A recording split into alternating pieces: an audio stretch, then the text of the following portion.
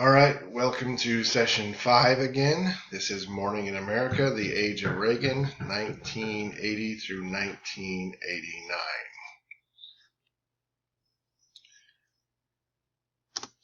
So the election of 1980 was predicted to be a very close election. It turned out to be a landslide for Reagan, who won 489 electoral votes compared to Carter's 49. He actually won all across the board, won traditional Democratic votes, Irish and Italian American votes. Also during this election, because everything trickles down, you have the Republicans winning the Senate, but the Democrats being able to hold on to the House. So President Reagan was known as the Great Communicator, also known as the Teflon President. We'll find out about that a little bit later. At 69, he was the oldest president elected. He went to Hollywood in 1937 and had an acting career that lasted almost 20 years. He was elected president of the Screen Actors Guild. He was also elected governor of California in 1966 and 1970. It's kind of a big thing for a Republican to be elected governor in a mostly Democratic state like California. As governor, he tried to limit state spending. Like we said, in 1976, he ran for president and lost the nomination to Gerald Ford. So his presidency could have started earlier had he got the nomination. You never know. So what celebrity would you vote for if they ran for president? And these are just some pictures of people that are influential in our society these days. Would you vote for any of them?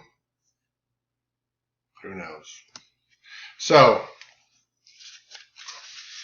Reagan's economic policies. So a month after his inauguration, Reagan called for large cuts in the federal budget, but he spared the military, Social Security, and Medicare. 30% of the cuts in personal income tax over 30 years, and sweeping tax reductions for corporations. Some people called this the end of government regulation on business, and basically it was trying to tighten the growth of the American money supply. So what's this policy called is basically called Reaganomics, or supply side economics. And supply side economics says the best way to create a healthy economy is to stimulate production or supply of goods or services rather than boosting consumption and demand. So the key to this is increasing incentives for individuals and businesses to produce, invest, to work, and to save. To do this, the government must slash personal income tax rates and give businesses tax breaks. It results in more money available to people to invest and for business to expand and become more competitive. According to the theory, production would increase, new jobs would be created, and people would save more money. Increased economic activity would produce tax revenue for the government. Also, some benchmarks of Reaganomics is in 1981, Congress approves Reagan's cuts to the budget. $35 billion is cut from the federal jobs program, housing subsidies, Medicaid, and food stamp programs. Some federal agencies just disappear overnight. Congress also passes the tax cut bill and pushes for incentives for personal savings. It's also during this time that Reagan pushes for deregulation, ending basically government regulations on business. One of the things that was deregulated was the airline industry. Basically, so when you see fare wars for airlines, at one time ticket prices were regulated by the government, but now they are not through deregulation, so that's where you get your fare wars. Basically, Reagan cuts the regulations on transportation and telecommunications. Deregulation helps the car industry. 34 regulations on safety and pollution were canceled, saving the car industry $1.3 billion. He lifted the regulations on development of natural resources. He opened up millions of acres of public land for private development, like mining, lumber, and oil companies. But he received strong opposition from environmental groups, but strong support from businesses. So basically opening up private or public lands to private companies to have exploration for oil, natural gas, something that's still taking place today in our country, where we are exploring to become energy efficient or energy independent from other nations that would do what happened back in the 70s and cut us off.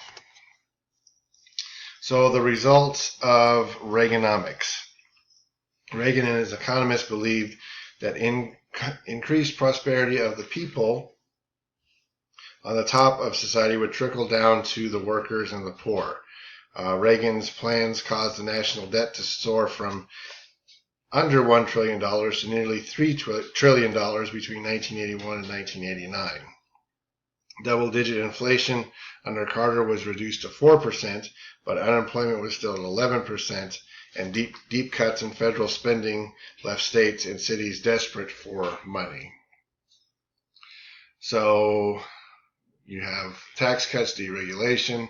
Reagan also raises the discount rate, which is the interest that the Federal Reserve systems charge banks for loans.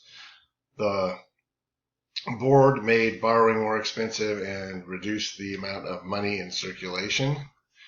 So this is him trying to get us out of a recession. We were talking about this summer of '82. It's the deepest recession the country had been in since World War II. Unemployment was at 12%. Car and home sales were down. Businesses were failing, and the federal government was cutting social programs and increasing employment and strain on the states. And the federal deficit grew from $110 billion in 1982 to $200 billion in 1983. So would Reaganomics work? Well, you look at this, inflation drops, and a major factor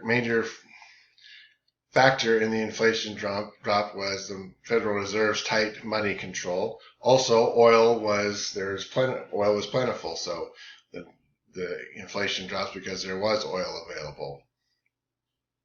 Also, in 1984, interest rates are down, consumer spending is up, and employment is down. So not everyone suffered through this time. You have income changing its distribution, so it's becoming certain people have all the money while some people don't. So this basically means the income of the poorest fifth of the population declined 10%, while the richest fifth increased their money by more than 15%. You have lawyers arranging leveraged buyouts or mergers of a business, making money for stockholders while creating extensive job losses, so basically buying the company and firing everybody. The savings and loans, banks were deregulated. This spawns new millionaires, but the real estate market goes bad in the late 80s. We've all lived through these bubbles. This is one of them in the late 80s. So a large number of these banks have failed. We saw them fail again in, the mid and late 2000s. Congress agreed to have the taxpayers bail out these banks in order to protect the investment of the few. So all these people were invested in these banks. The banks go under, but we have to protect the people with the money, so they decide to bail out those banks. So you can see that this stuff has happened before. It happens again. Some of the people that took advantage of this were known as yuppies. So the rich become richer, the poor become poorer. You have a new group of urban professionals, the yuppies. They're usually fresh from law or business school and created a lifestyle that had not been seen since the Gilded Age. So you have your yuppie handbook, your first cell phones. They enjoyed their drugs and enjoyed their high life of spending money. Also, so like the Gilded Age and also like the Great Depression, all of this has started, but it all will come crashing down. So on Black Monday, October 19th, 1987, there was a bull market through much of the 1980s, and Americans indulged in reckless financial practices that lead to the stock market crash of 1987. Like the federal government, both consumers and businesses ran up huge debts. Also, the United States had a huge trade deficit, which means we were importing more than we were exporting. They often borrowed money to pay for all of these imports. And on October 19th, 1987, the Dow Jones lost 23% of its value in a single day. That was $560 billion in paper assets gone. Reagan assured the nation that the economy would remain stable and tried to help the economy by reducing some deficit spending and increasing some taxes. But these reassurances did not stop the ripple effect that hit around the world, and the market did recover, but the days of Reaganomics were over. So you can see these bubbles happen all the time. This one happened 30 years ago, coming up on 30 years ago. So Reagan's fiscal policies were he championed limited government, yet Reagan spent more money than all previous presidents combined. He cut funding to most social welfare programs in favor of financing defense and military programs. He slashed corporate taxes, hoping that the extra money would lead to trickle down to the average worker. He deregulated the banking industry. Enormous deficit spending ensured Congress enormous deficit spending ensured that Congress would not be able to fund social welfare programs. So you can see that Reaganomics and President Reagan's policies are something that we're still living with today, and it's still something that a lot of politicians are using today to keep themselves in power. And basically, you were looking there, they were talking about the debt when he took office being just under $1 trillion. And by the time he left office, it was at $3 trillion. Our current deficit is approaching $20 trillion. So these policies are not exclusive to just Reagan. Basically, every president since Reagan has done those policies, borrow against our country to make sure things are stable, and don't really seem to want to tell the government, Congress, states, live within your means. Basically, we keep pushing off all this debt onto the next generation. So the next generation gets to deal with this $20 trillion debt. It's going to be fun. I hope you guys enjoy it. That's going to wrap it up for this part, and we will get started on the next part as soon as you hit play on the next segment of our session 5.